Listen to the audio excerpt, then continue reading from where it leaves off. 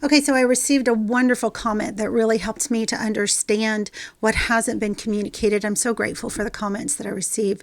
One of my listeners was trying to understand if the Ephraim that I was reading scriptures about in the last study that we did was the same as the Ephraim in the previous studies that ended up being the polished shaft, right, in Yahweh's quiver, and brings back Jacob so that Israel is gathered, who is the first one to raise up an ensign and say, let us go up to the mount of our God, right? Let's go to Mount Zion. Because the scriptures that were being read before was about a people that are completely corrupt, and in fact that Yahweh has divorced. That is the story in Hosea. The northern kingdom was actually divorced. They are no longer in covenant with Yahweh, right? So then what's going on, and how can this people that are so incredibly corrupt be the same people that are going to lead the charge back to our God? Let's study this. First of all, I always find it really important to figure out who the subject is, who is being addressed in Revelations when we read them. So we get it in the very first two lines here. Awake, awake, put on your strength, O Zion. Okay, so we're talking about the people who will be in the city of Zion. They're not there yet, because notice the very first thing that's being said is wake up, awake, awake, because they are asleep at the wheel. Put on your strength, O Zion. Put on your beautiful garments, right? Just like when we did the study about Joshua the high priest, who had the new garments put on him, right? And just like we see in the calling of Isaiah, right? He's cleansed of the iniquity of the people. Anyway, put on your beautiful garments, O Jerusalem, the holy city. For the uncircumcised and the unclean shall no longer come to you. Now, this uncircumcised is talking about circumcision of the heart. Let's look at that. Okay, so this theme of circumcising the heart goes all the way back to the book of Deuteronomy. So we'll start there. This is Deuteronomy chapter 10. Let's just go ahead and cut to the chase. So we'll start here in verse 15. Yet Yahweh set his heart in love on your forefathers and chose their offspring after them. You above all peoples, as you are this day, circumcise therefore the foreskin of your heart and be no longer stubborn. Okay, so then we go to Jeremiah. Now, Jeremiah is a really important prophet. If you go and you read, I don't think it's the first chapter, it's further in. But when Jeremiah receives his call from Yahweh, he is told that he is a prophet to the nations. Okay, hang on. We'll just look at it real quick. Okay, so it was chapter 1. I always, if I possibly can, I know it makes these studies longer, but I think we should go and read his word so that I don't make any mistakes and I'm not teaching false doctrines. I do not want to take Yahweh's name in vain. I feel very strongly about that. I may misunderstand his word at times, but at least let it be his word that's in my mouth and not my own. So in Jeremiah chapter 1, this is the calling of Jeremiah to be a prophet. By the way, he was very young, for he says in verse 6, for I am only a child. So he was called from his youth. But it says here in verse 5, before I formed you in the womb, I knew you, and before you were born, I set you apart and appointed you as a prophet to the nations. This is really important to understand why Jeremiah is such an important prophet for us to read concerning the latter days. Because even though he lived there in Jerusalem with the Jewish people, with the nation of Judah, he was actually called to be a prophet to the nations. What is the word nations there? We'll take a quick peek. He is a prophet to the Goy, okay, the Goyim.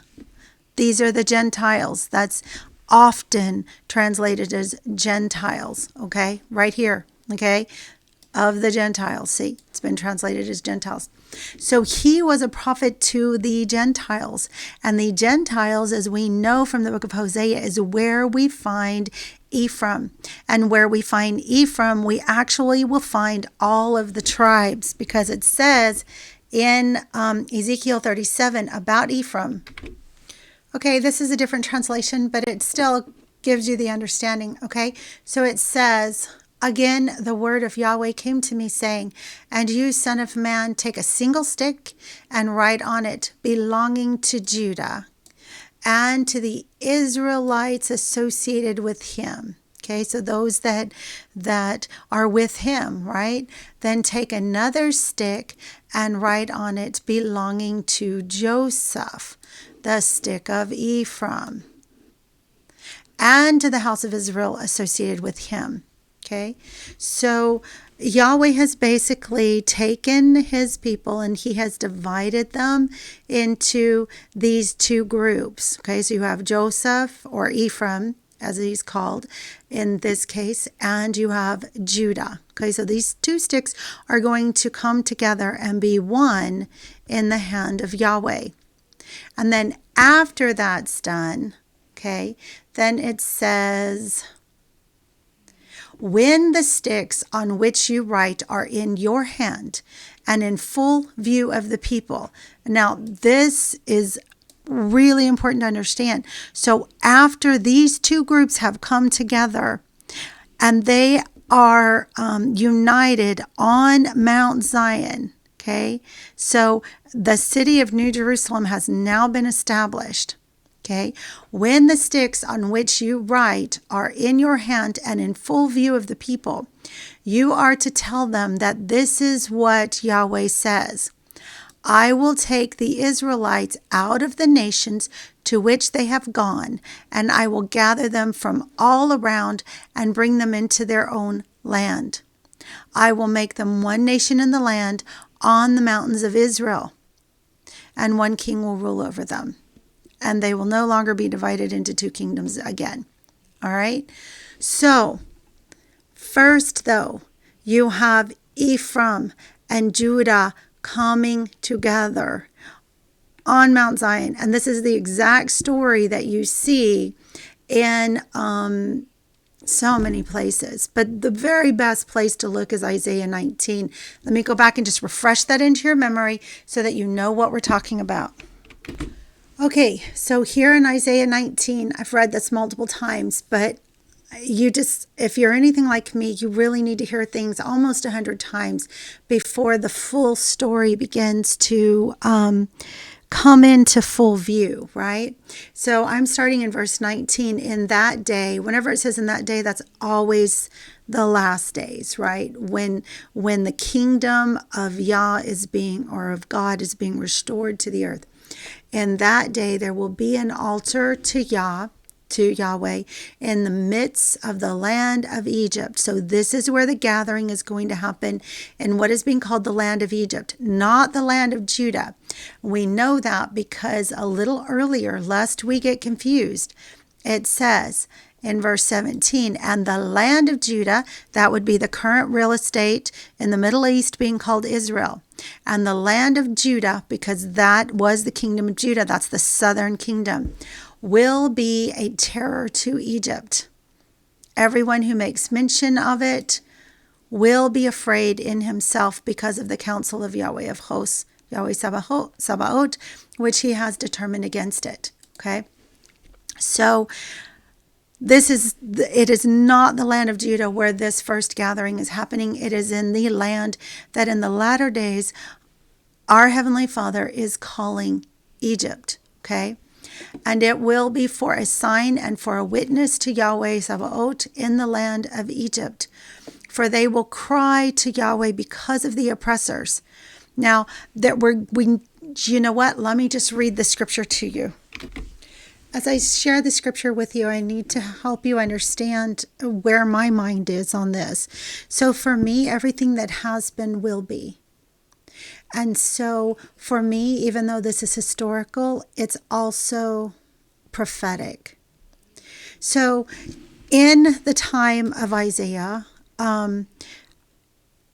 the northern kingdom was confederate with Syria, not Assyria, but Syria, and were planning to take down the king of Judah and put up a puppet king, right, and take control of the southern kingdom.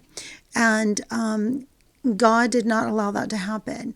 But in order for that not to happen, what he did allow was for the Assyrian, back then, the nation of Assyria, to come and take and destroy Israel and then carry them off and scatter them everywhere. Okay. So this is basically that story. And then I'm just going to start here in verse 6. Inasmuch as these people refuse the waters of Shiloah that flow softly. Okay. So the waters, right? That's Yahushua HaMashiach. He is the source, right? The fountain. And rejoice in Rezin and in Remaliah's son. Okay. So this is Syria and Ephraim, right? Now, therefore, behold, Yahweh brings up over them the waters of the river strong and mighty. The waters of the river is just a chaos motif. It's basically saying to bring destruction upon them, exactly the way that the Egyptians who had followed the Israelites were destroyed, right? The waters of the channel of the Red Sea, right, closed back up over them, right, and drowned them. But anyway, it says the waters of the river, strong and mighty, the king of Assyria and all his glory. Those are the waters of the river, right? It says about the king of Assyria, he will go up over all his channels and go over all his banks. He will pass through Judah. Okay, this is, he will overflow and pass over. He will reach up to the neck, and the stretching out of his wings will fill the breadth of your land, O Emmanuel. Okay, so this is the part that I want us to understand. He will reach up to the neck. So the way that I'm seeing this in time playing out is that whatever this group of people is that's being called ahead, they are not being taken away. They are being taken to the throne of God to be empowered, to be called, just as we just read what happened to Jeremiah, right? He was presented before God, right? And told that he was being called as a prophet. I believe that's what it's talking about when it talks about the catching away. But they're not being taken off this earth. Instead, they're becoming like a group of Moseses whose job it is. So remember in the story of the salvation of the people from the land of Egypt, they had fled from Egypt. They had come to the Red Sea, and the Egyptians were coming up hard behind them. And it looked like all was lost. But God miraculously put a pillar of fire between them and the Egyptians, opened the Red Sea, and they went through in safety. In order for that to happen, though, at least one person, in this case Moses, had to have the faith that they would be delivered. Miracles come because of faith. I hope I can get my thoughts back. I've been interrupted 3 times in a row now. I'm trying to get this one thing out. So what was I saying? So, right, so there has to be this group of faithful people who trust in Yah. And as a matter of fact, it describes that in the book of Psalms. So here in Psalms 91, I want you to hear this. He who dwells in the shelter of the Most High will abide in the shadow of the Almighty. I will say to Yahweh, you are my refuge and my fortress, my God in whom I trust. So you see, these people that are going to be under this duress, they are going to say, you are my refuge and my fortress, my God, in whom I trust. Surely he will deliver you from the snare of the fowler and from the deadly plague. Now, this is really interesting because remember in Hosea, it tells us that the prophet is a fowler snare in all his ways. right? That's why our trust has to be in Yahushua HaMashiach, in Jesus Christ, not in any man. Surely he will deliver you from the snare of the fowler and from the deadly plague. He will cover you with his feathers. Under his wings you will find refuge. His faithfulness is a shield and rampart. You will not fear the terror of the night. It doesn't say that you won't see the terror of the night, nor the arrow that flies by day, nor the pestilence that stalks in darkness, nor the calamity that destroys at noon. Though 1,000 may fall at your side, look, these are not people who have been removed from the earth and been removed from seeing these great calamities. It's exactly what happened when the people of God were in Goshen. They were still there on the earth, and they saw these plagues happening all around them. Even though they themselves were only affected by the first 3 or 4, I'd have to go look at the story. But they were not affected by the worst of the plagues. They were spared, even though they were physically still there. I mean, even when you had the night of darkness, there was still light in their houses. Okay? It says, though 1,000 may fall at your side and 10,000 at your right hand, no harm will come near you. Look at this. You will only see it with your eyes and witness the punishment of the wicked. Okay? We're going to be there. We're going to be witnessing this. The Assyrian will come even to the neck. It's going to seem like all is lost, like all hope is gone. But these faithful few are going to keep their trust in Yahweh through this time of Jacob's trouble. They will not lose their trust. And as a matter of fact, let me read the scripture to you. All right, so let's start out with the dark things. This is the plague, I believe, that it is talking about right there in Psalm 91 that we just read. Therefore, hear the word of Yahweh, O scoffers who rule this people in Jerusalem. And this is not physical Jerusalem over there, by the way. For you said, we have made a covenant with death. We have fashioned an agreement with Sheol. When the overwhelming scourge passes through, it will not touch us, because we have made lies our refuge and falsehood our hiding place. So this is what the majority of people have done. And actually, I'm going to take you there in Isaiah chapter 1 here in just a second. I'm just not exactly sure because I got to get back to Isaiah 52. And I know I'm planning on hitting Isaiah 1 to show you who we're talking about. But for right now, let me just continue. Because we have made lies our refuge and falsehood our hiding place. So they believe that this covenant they've made with death is going to save them from the desolating scourge when it comes through the land. But this is what Yahweh says. See, I lay a stone in Zion, a tested stone, a precious cornerstone, a sure foundation. Who is the rock that we get to stand on? Yahushua HaMashiach. That is the only trust that we can have. Okay? Not in anything of the world. I will make justice the measuring line and righteousness the level. Hell will sweep away your refuge of lies. Okay, this is talking to the people who made lies their refuge, and water will flood your hiding place. Your covenant with death will be dissolved, and your agreement with Sheol will not stand. When the overwhelming scourge passes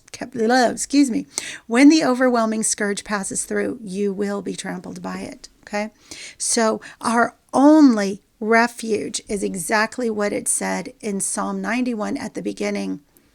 He who dwells in the shelter of the Most High will abide in the shadow of the Almighty. I will say to Yahweh, you are my refuge and my fortress, my God in whom I trust. That is what is going to happen. And just like it said, you will only see it with your eyes and witness the punishment of the wicked. Okay, 1,000 may fall at your side and 10,000 at your right hand, but no harm will come near you. I'm having a hard time speaking today. Anyway, do you see this? We're not going to be removed. We're not going to be removed. We're going to be tested to the utmost. Because what is the reward of trusting in Yah to the very end? Zion. Being at rest. Being in Zion. and proving that we are ready to be those servants who are going to go out and then gather Israel from the four corners of the earth. That is the very next step. If you remember when I showed you in Isaiah 19, that in that day there will be a highway from Egypt to Assyria. Okay, so these two groups come together. These are the ones I was talking about in Ezekiel 37. Okay, these are the two sticks, and they're coming together, Okay, here it says Egypt to Assyria, and the Assyrian will come into Egypt, and the Egyptian into Assyria, and the Egyptians will serve with the Assyrians. Okay, but then it doesn't say until later. In that day, they will be one. These two, in that day, Israel will be one of three with Egypt and Assyria. Okay, because Israel gets gathered after Egypt and Assyria are brought together. Okay, which I do believe now, as I continue to study, are the two sticks. All right, so once the two sticks come together, then they're going to go and gather the rest of the dispersed Israel that are all over the world, right? Right. And this is really important. It says here, then Yahweh will be known to Egypt, and the Egyptians will know Yahweh in that day and will make sacrifice and offering. Yes, they will make a vow, a covenant to Yahweh and perform it. And Yahweh will strike Egypt. This is so important, okay? These are where these people are that are finally going to make a covenant and keep it, and are going to be the ones that are going to bring the entire family of God back together, right? They're in Egypt, and it says, and the Lord will strike Egypt. He will strike and heal it, right? Now, let's get to the last part of this story. So we're going back to where we started, which was Isaiah chapter 52. Awake, awake, put on your strength, O Zion, put on your beautiful garments, O Jerusalem, the holy city. Okay, this is New Jerusalem. For the uncircumcised and the unclean, okay, remember we talked about the fact these are those whose hearts are not turned to God, okay? What we read, remember, in both Jeremiah and Deuteronomy, is that we are to remove the foreskins of your hearts, O men of Judah and people of Jerusalem, right? We're to circumcise our hearts. We're no longer to go after false gods or to trust in false saviors or false systems, right? Shake yourself from the dust, arise, sit down, O Jerusalem, loose yourselves from the bonds of your neck, O captive daughter of Zion. Remember, daughter of Zion, because we're going to go read about daughter of Zion here in just a second. For thus says Yahweh, you have sold yourselves for nothing, and you shall be redeemed without money. For thus says Yahweh Elohim, my people went down at first into Egypt to dwell there. Okay, this is the place where you are going to find the daughter of Zion, aka Ephraim, okay, is in Egypt. This is the story that we're reading. Then what happened in Egypt? Then the Assyrian oppressed them without cause. So remember back earlier, we were reading in Isaiah the historical account of the Assyrian coming in and coming even to the neck, right? And its destruction of the northern kingdom. So that was the historic setting, right? And now this is the prophetic, but it's just a replay of the same thing. My people went down at first into Egypt to dwell there. Okay, so they're in Egypt. Then the Assyrian oppressed them without cause.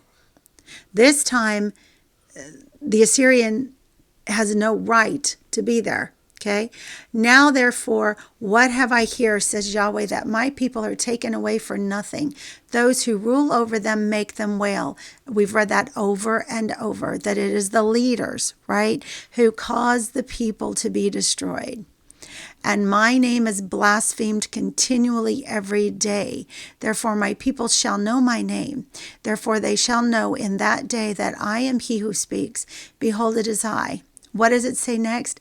How beautiful upon the mountains are the feet of him who brings good news, who proclaims peace, who brings glad tidings of good things, who proclaims salvation, who says to Zion, your God reigns.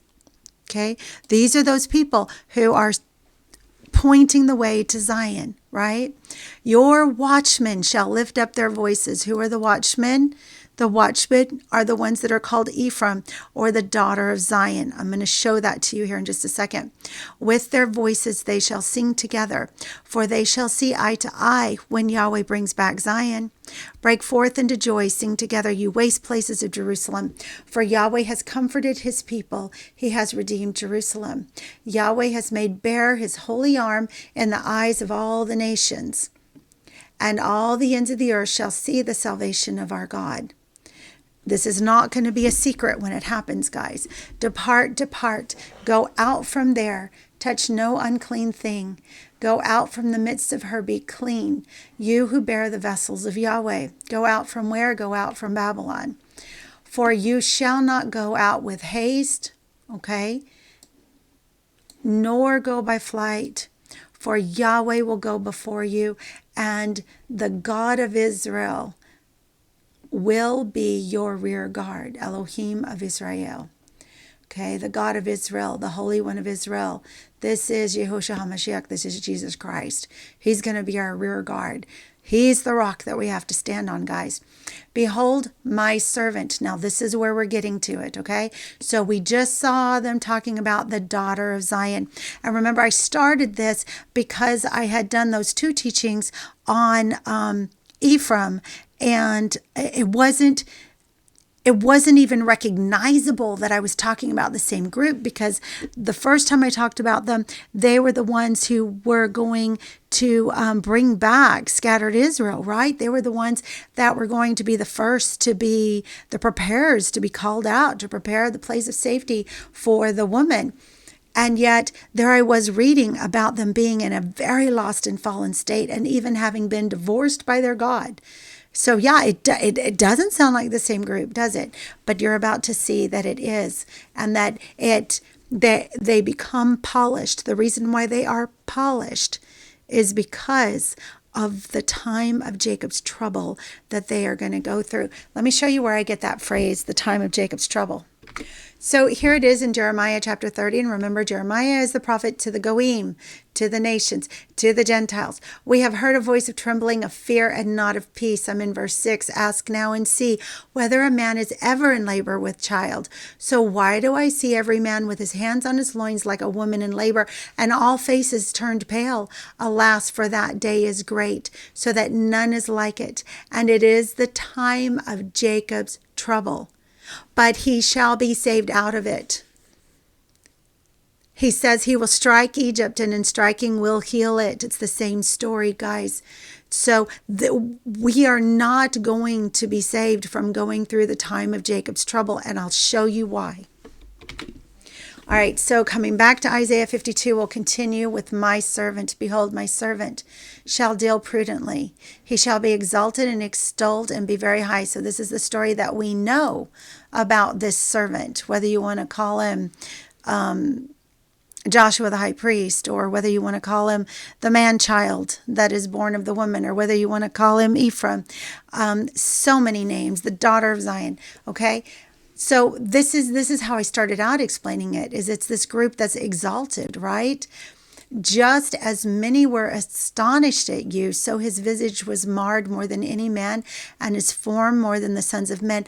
This is where many people say that this is talking about Yehoshua HaMashiach, because of the beatings that he went through, the extreme beatings that he went through, the flogging before he was hung on the cross. And I can just imagine that his face was disfigured. And so I can see where you would come up with this.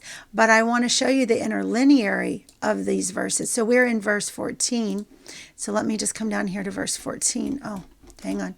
I got to tell it to do the whole chapter. There.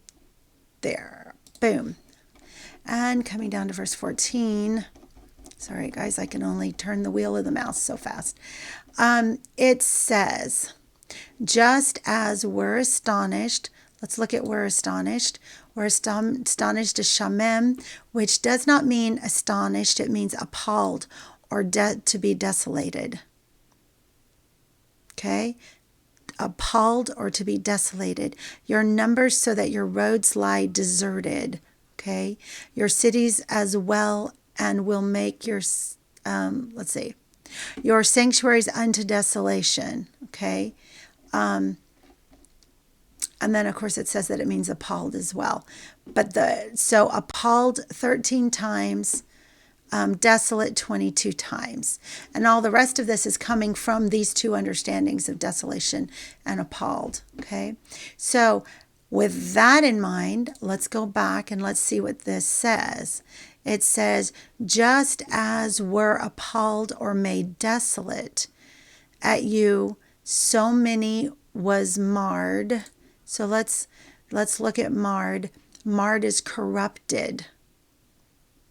Marred means corruption. For their corruption. Okay. So now let's go back. First of all, we know Jesus was never corrupt, right? Nor was he desolate, all right? Or something that we would be appalled at. So now let's go back and let's read this with this understanding. Just as many were appalled at you, so his visage, whose visage? His image was, what was the word? Do you remember what the word was? I just forgot it. What was it? Corrupted. His image was corrupted more than any man, and his form more than the sons of men. But even so shall he sprinkle many nations. So let's go down and see what sprinkle means. So it says sprinkle or startle. Well, there's a big difference between sprinkle or startle, because this is the other reason why this is thought to be Jesus Christ, because he sprinkled the nations with his blood, right? His atoning blood. But then when you read, so he startled many nations, kings shut their mouths at him, for what had not been told them they shall see, and what they had not heard they shall consider. So this servant is so so marred. He is so gosh, I keep forgetting what that word is. I don't know why it won't stay in my head. So corrupt. The servant is so corrupt that he's irrecognizable. So let's just look at this. Actually, let's go one more place. So now what I want to do is I want to take you to Isaiah, specifically Isaiah 1, where the whole story of Isaiah begins, because this entire story of Isaiah is the end time drama. The entire book of Isaiah is the end time drama from beginning to end. And guess where it starts? It starts with this servant. And it tells us what kind of shape this servant is in the beginning of the story. This is the vision concerning Judah and Jerusalem that Isaiah son of Amos saw during the reigns of Uzziah, Jotham, Ahaz, and Hezekiah, kings of Judah. Listen, O heavens, and give ear, O earth, for Yahweh has spoken. I have raised children and brought them up, but they have rebelled against me. This is the state of the daughter of Zion. And we're going to find out that it's the daughter of Zion in a few verses. It'll tell us who the subject is. Okay. The ox knows its owner, and the donkey its master's manger, but Israel does not know. My people do not understand. What does it say? That their leaders, that they are destroyed for lack of knowledge. We'll look that up real quick. So just as I said, you will, so this is Hosea chapter 4, verse 5. You will stumble by day, and the prophet will stumble with you by night. So I will destroy your mother. Okay, the mother is the church, all right? My people are destroyed for lack of knowledge. Because you have rejected knowledge, I will also reject you as my priests. Since you have forgotten the law of your God, I will also forget your children. So this is their condition. I have raised children and brought them up, but they have rebelled against me. The ox knows its owner, and the donkey its master's manger, but Israel does not know. My people do not understand. Alas, O sinful nation, a people laden with iniquity, a brood of evildoers, children of depravity. They have forsaken Yahweh. They have despised the Holy One of Israel. The Holy One of Israel is Yahushua HaMashiach, Jesus Christ, and turned their backs on him. Right? Because they are trusting in lies. Remember, that was Isaiah chapter 28. Why do you want more beatings? Why do you keep rebelling? Your head has a massive wound and your whole heart is afflicted. From the sole of your foot, remember the head is going to be the leaders, right? From the sole of your foot to the top of your head, there is no soundness, only wounds and welts and festering sores, neither cleansed nor bandaged nor soothed with oil. This is the condition that we find the daughter of Zion or Ephraim or, all of these other names. This is the beginning of their condition at the beginning of the time of Jacob's trouble. This is who starts that journey of the time of Jacob's trouble. This is what's going to happen to them. Your land is desolate. Your cities burned with fire. Now, probably some of the cities will be burned with fire, but remember that fire is a chaos motif. Just like, remember, we saw that the river would go over them, right? This is destruction motif, right? Foreigners devour your fields before you, a desolation demolished by strangers. And the daughter of Zion, see, this is where we find out who we're talking about, is abandoned like a shelter in a vineyard, like a shack in a cucumber field, like a city besieged. Look at this. Unless Yahweh Sabaoth had left us a few survivors, we would have become like Sodom. We would have resembled Gomorrah. This land, because I believe the United States is Egypt, this land is going to be desolated, because this is where the daughter of Zion finds herself. Because Egypt will be stricken, but in striking it, it will be healed. Because it is the time of Jacob's trouble, but Jacob will be saved out of it. Hear the word of Yahweh, you rulers of Sodom. See, once again, it's the rulers are leading the people astray. Listen to the instruction of our God, you people of Gomorrah. What good to me is your multitude of sacrifices, says Yahweh. I am full from the burnt offerings of rams and the fat of well-fed cattle. I take no delight in the blood of bulls and lambs and goats.